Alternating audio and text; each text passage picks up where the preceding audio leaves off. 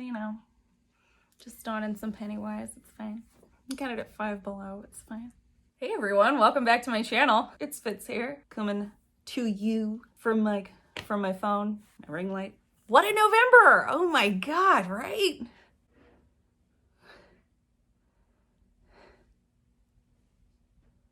Every 4 years in America, in early November, we all go out to the polls to practice that coveted, wonderful right of voting for our president of these United States of America.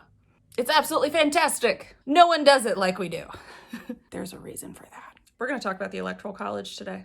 So every 4 years, like clockwork, we bring up, hey, we should abolish the Electoral College, blah, blah, blah. And 2 times in the past 20 years, we've actually had a situation where the person who the majority of America voted for didn't win the election. And that generally leads to a lot of discussion, heated discussion, in fact, about whether or not the Electoral College is still useful. But what is it? The Electoral College is defined as a body of people representing the states of the United States who formally cast votes for the election of president and vice president. Underneath that, it says a body of electors chosen or appointed by a larger group. And we're going to talk about who that larger group is and why these people decide who the president is and the general public doesn't necessarily. Basically what that means is that when Americans vote for president, they're not actually voting for president, they're voting for how their state votes for president. Gets a little stacked there. Article 2, Section 1, Clause 2 of the United States Constitution actually specifies how many electors a state is allowed to have. So the electors are basically the people in the Electoral College who cast their vote for president. Since 1964, the amount of electors that the United States has total is 538. That breaks down to 435 for representing the United States, 100 for the Senate, because each senator gets a vote, and then 3 for the District of Columbia. And in a presidential race, whoever gets to 270 first wins. It's a lot of math here, and we're not really good at math. Check the statistics. America's like way behind in math. The majority of Americans for a long time don't like this setup. And it's happened 5 times total in our history where someone has won the popular vote, but didn't actually get into the office of the presidency. Still mad about Gore.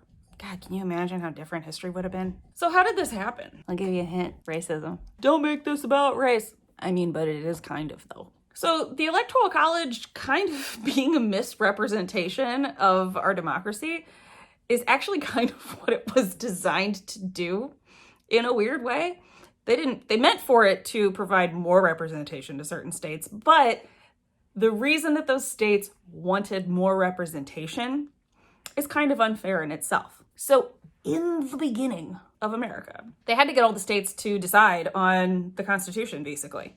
And they couldn't do that until the states had agreed on how they would be represented in the new government. So northern states had a huge population and were also anti-slavery. The South states, I don't know if you know this, but the southern states were generally in favor of slavery, but they had a much lower population. So they were afraid that they weren't going to be represented in the new government. They wanted all of the enslaved people in the United States to count towards the general population. And to put it into perspective, around the time that the Constitution was ratified, there were over 700,000 slaves in the United States.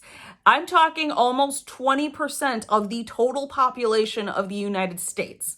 So immediately, this gave the southern states a ridiculous voting advantage. But the northern states were like, no, you cannot. You don't even want the government to recognize them as people. Like, you know, if they're not legally people, if you don't want them to be legally people, then they can't count towards the population. That's kind of on you at that point, because that's how you feel. And the southern states were like, no. So they came up with what is known today as the 3/5 compromise, meaning that a single enslaved person would count for 3/5 of an actual person.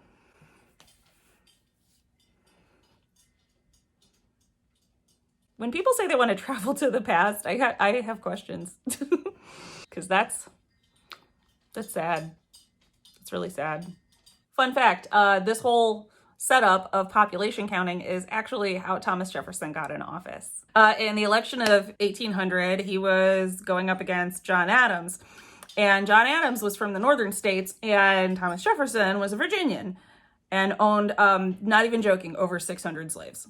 At the time, Pennsylvania and Virginia had around the same population of free people. Virginia had an advantage because they had over almost 350,000 enslaved people in that one state. So that was enough to tip the electoral vote for the guy who was from Virginia and owned over 600 slaves, as opposed to the guy that didn't have any. One of only 2 of our first 12 presidents. John Adams was one of only 2 of our first 12 presidents to not try to own a person. Really weird. This. But Fitz, I hear you say. Black men were given the right to vote in 1870 after the Civil War and the Emancipation Proclamation. So no harm, no foul, right? So then they would actually be represented in government. No. Still kind of not, actually. White Southerners didn't want black people voting. Plain and simple. They didn't want them having a say in government because white people have always been terrified of black people's revenge. So white Southerners found tactics to keep black men from voting and keep black women from voting and just all around keep black people from voting all the way up until like now-ish. They would use tactics like literacy tests and poll taxes and, killing them. And of course, like the government realizing the states had like the southern states had like an unnatural advantage on presidential elections. They don't really ever try to say too much to them. The first time the United States tried to abolish the Electoral College and just turn the presidency into a popular vote was in 1816. But of course, white Southerners were like, oh no, this is gonna hurt us. I mean, that's kind of the point. And again, they tried to do this in 1969. Nice. And it even passed the House, but the Senate blocked it because white Southern senators were against abolishing the Electoral College. And I quote Senator James Allen of Alabama in 1969, "The Electoral College is one of the South's few remaining political safeguards. Let's keep it." Again, running headfirst into the point and then still kind of missing it. Basically, white supremacy has proven to be very self-sustaining. But it continues to this day that the less diverse, very whitewashed states are disproportionately overrepresented in the system. So that brings us to the modern era and the problems that we're still experiencing with it. 2 times in the past 20 years. And 5 times total in history. Again, I'm going to repeat this. Someone has won the popular vote and still didn't become president because the Electoral College didn't vote for them. And some states do require that their electors vote the way of the people, but there's like 21 states that are totally fine with what is known as a faithless elector. And that is someone who doesn't overall vote the way of the people and is not legally required to, doesn't have to take a pledge, nothing. And there is no federal law dictating which way an elector should vote. So I got this example from a Vox video. Texas and Vermont's electoral representatives, if you don't count the senator votes, represent approximately the same amount of people per vote. But if you add in the 2 Senate votes, it creates a situation where one delegate will represent 3 times the amount of people in Vermont as they do in Texas.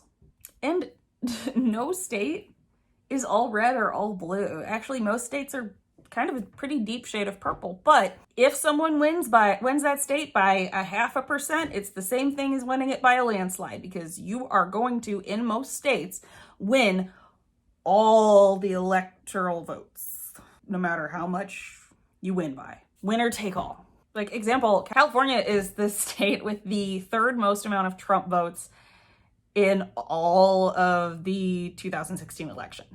But if we just count popular vote. And we think of California as a super blue area, but it's not. I mean, anyone who's actually been to California knows that there are plenty of more conservative areas in California, but Democrats and Republicans alike never actually campaign in that state because it's what's considered a safe state. Like, it's always going to go one way or it's always going to go towards a specific party. That's the party that they go for.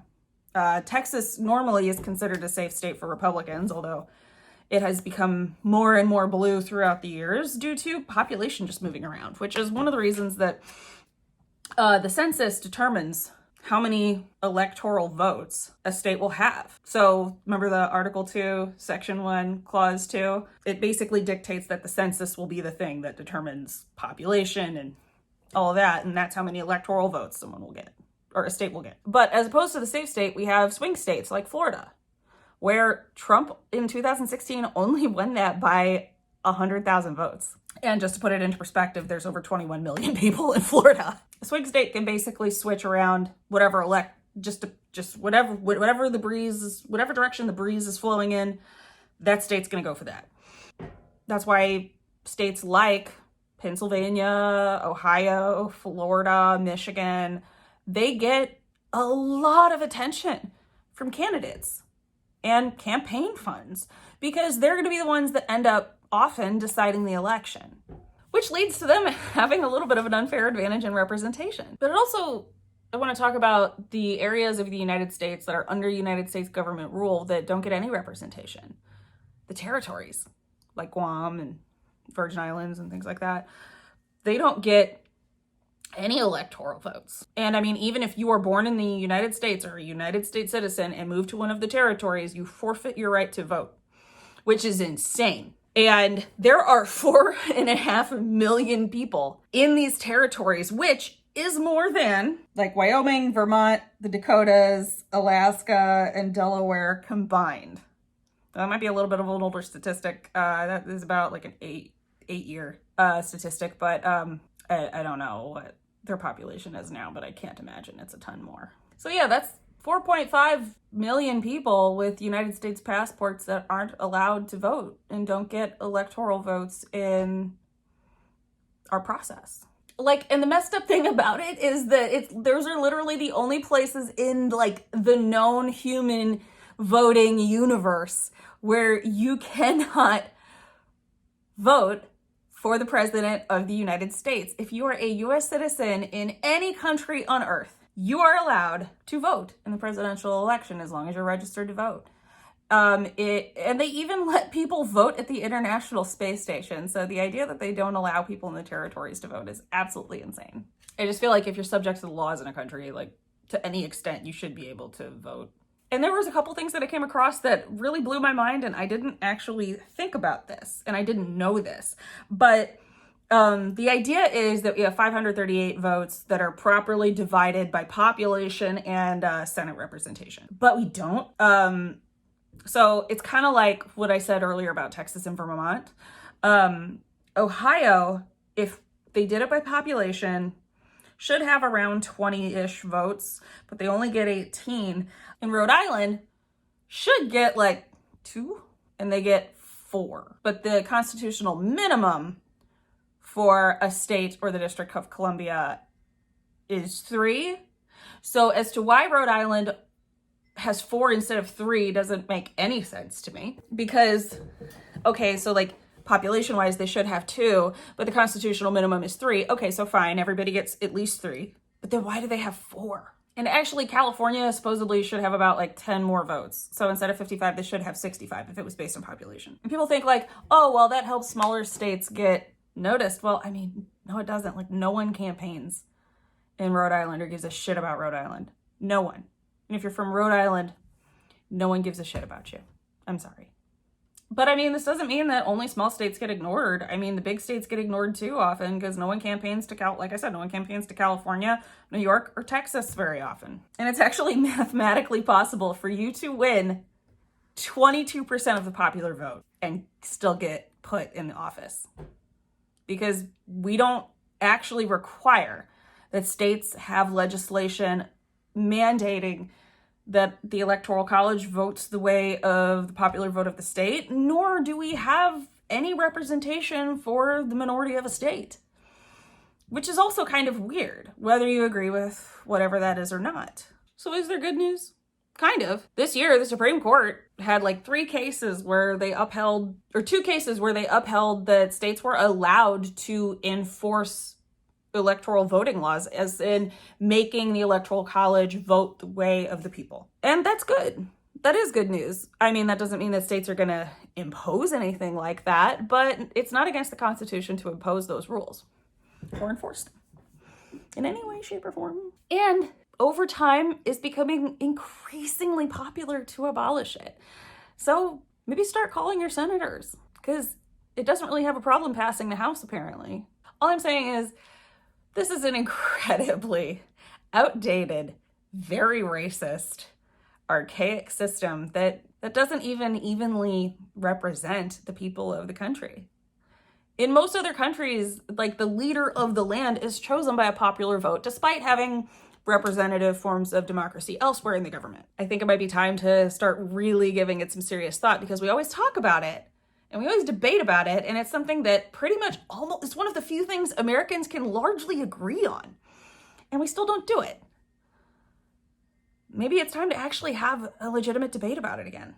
If you have any comments or want to debate, hopefully it's not a flame war, leave them in I'd love to hear your thoughts down in the comments. And yeah, as usual, like, subscribe, share, all of that. Ring the notification bell. And take care of yourself. I'll see you next time.